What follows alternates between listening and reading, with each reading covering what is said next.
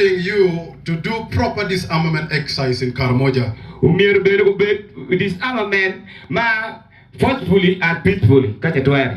The disarmament should be forcefully and peacefully. Secondly,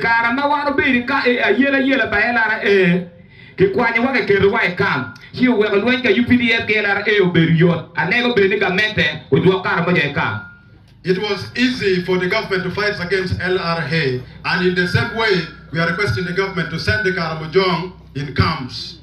So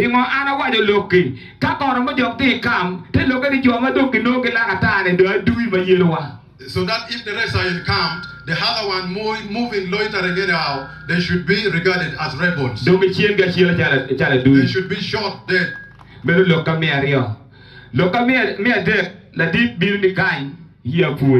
want to thank you for coming here.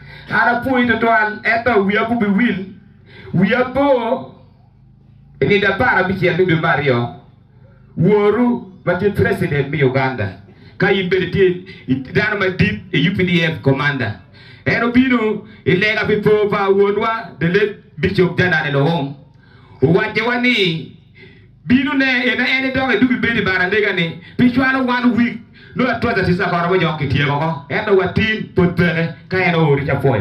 When the president came for Janana home memorial prayer, he promised that within 1 week the Karabajong atrocities would end. But up to now, nothing has changed. Don't put my bed in Loka. One of you right African, give me one what you and my child will come me. And Lego Daramo, Kupino Quine, when the trial bought the deep Bubiru, Bawado Biru Pirani. And before I continue, I have a document here to present to you. I would like to call upon the big man to come and take a take two. Honorable is coming to pick. You go on through the synthetics. We're going to do that is big up and counted by Kormajo in our area.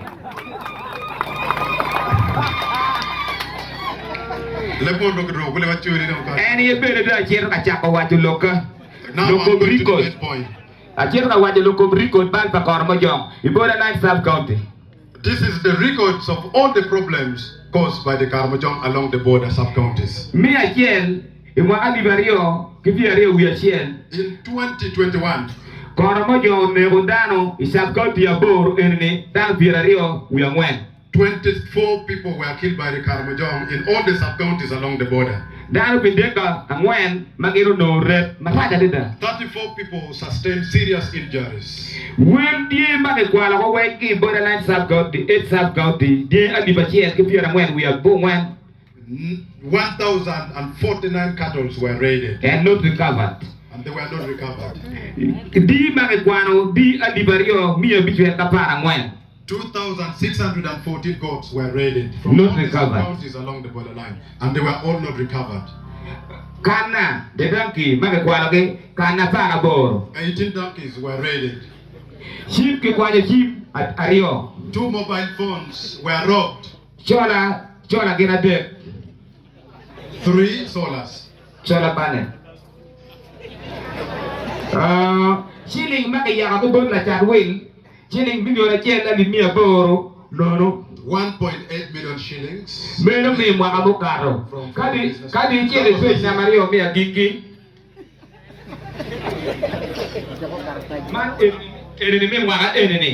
For this year, Mother chose sub-county by sub-county. Statistics for each sub-county along the border. Adilang Town Council.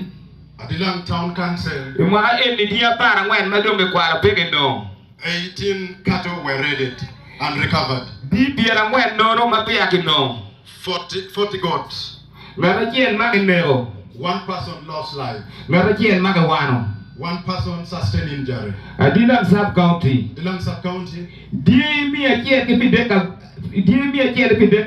133 cattle were raided.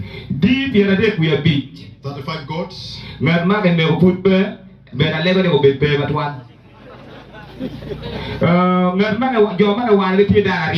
2 people sustained injuries. La Perebong sub-county. La Perebong sub-county. 10 cattle raided from the Perebong sub-county. DL Burger. ngat maga wan be pe alega ni lo ba ko titane ko be kameno ibino ila tono sub county ile ato sub county Lirakato sub-county. die apara bero maga kwala be no 17 cattle raided and recovered. di piera bichen we piera bichen bi 65 goats. ngata chen maga ne ko pulo wu maja One person died just few days ago. ngat maga wano a chen One person sustained injury.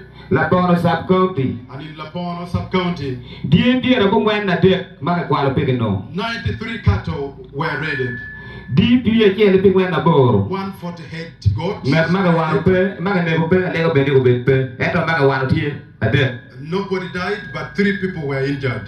Plymouth sub county In Paimon, die piera rio we rio 22 cattle raided. di mi chen be ngwan na bo ngwan 199 goats la raided. bueno pe ne be pe Nobody died, nobody sustained injury. lai muruta kantin Lai Muro Town Council. diang maga kwanyo pe makane ano report about com diang maga kwanyo pe No raiding.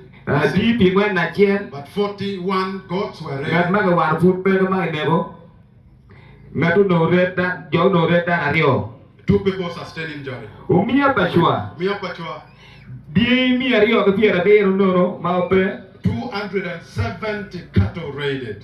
di mi abiche 600 goats. ngat maga ne ka chen 1 person died. ngat maga wana chen 1 person sustained injury. May can be the total summary of the atrocities done by the Corvajo borderline sub-county, Lema Rueno. And the summary is DMI Rueno, Rueno, DMI a bit, we are one. 559 cattle raided from all the sub-counties along the border.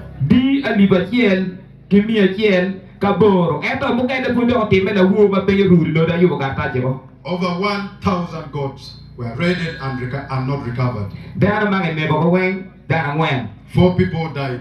your mother one game one and do a real put into the candy, down a part of when 19 people sustained injuries within the last 2 months alone. ever the mirror want to look at it. You go Pepani, Cow Nano, Chalmati, any Joe Magabi, and Nekoke, Kitan, Mapapa, a Picanuni. He also attached photographs of the people killed by the Carbajong. Mando Kero, we are and let Guru. And for this case, therefore, America, Totuan, Nicamendo, Tijo, my bed, Mother, my mere poor, no matter what you look at me here. I would like to say the government has done so many good things. Mere a poor woman, I'm telling you, Petit Mateo, again go to you. The UPDF are also doing a great job. Now, I know man more what a paper what you look, get on your man, you before that. Well, there wasn't a Gamendo Catholic project. Go mean one is up, the sub to bed Camino, dear. Camino restocking the bed Camino, dear. Kai de nero, it come Udimana knock a wang man of the meeting Germany. I do know per Gamendo about the Jeffy no Roman Pocket Young Tea. We have been benefiting from many government programs, such as NUSAF and so on. The government has been giving us animals. But they are not benefiting because the Carbajong are raiding them whole. Legana did the water wajo, Mabel look at me and Giki. Nay, what can you wang wadilang? Any on the quarry, one. My yakor, what you're one a year could want to take a dog again. We have our ancestral land on the eastern side where many years ago the Carbajong displaced us. But now we are going back. You tell us that I did East Excellency Museveni. With the great job being done by President Yoweri Museveni. You can't really come the one that do dog I want one dog. And when we were in the camp, we were told to go back to our ancestral land. And dog will be the corner of dog take a do be what here. But now the Carbajong raiders are chasing us away. And they go government. I'm requesting the government. The son of His Excellency. I am requesting you, the son of His Excellency. A lot of things have been said by my colleague. The water was it of my phone. After a lady, But I request you. Bindi kind could be Jala to Chiratomo Buru, Bona Menesi, the Shake Buru Noir. But your coming should bring to our hand this problem. I want to make it anymore. Then the very big kind who ye would be one getting a picture attack at up in knocking when I want to look deep about it. Caravaggio Dokiko team.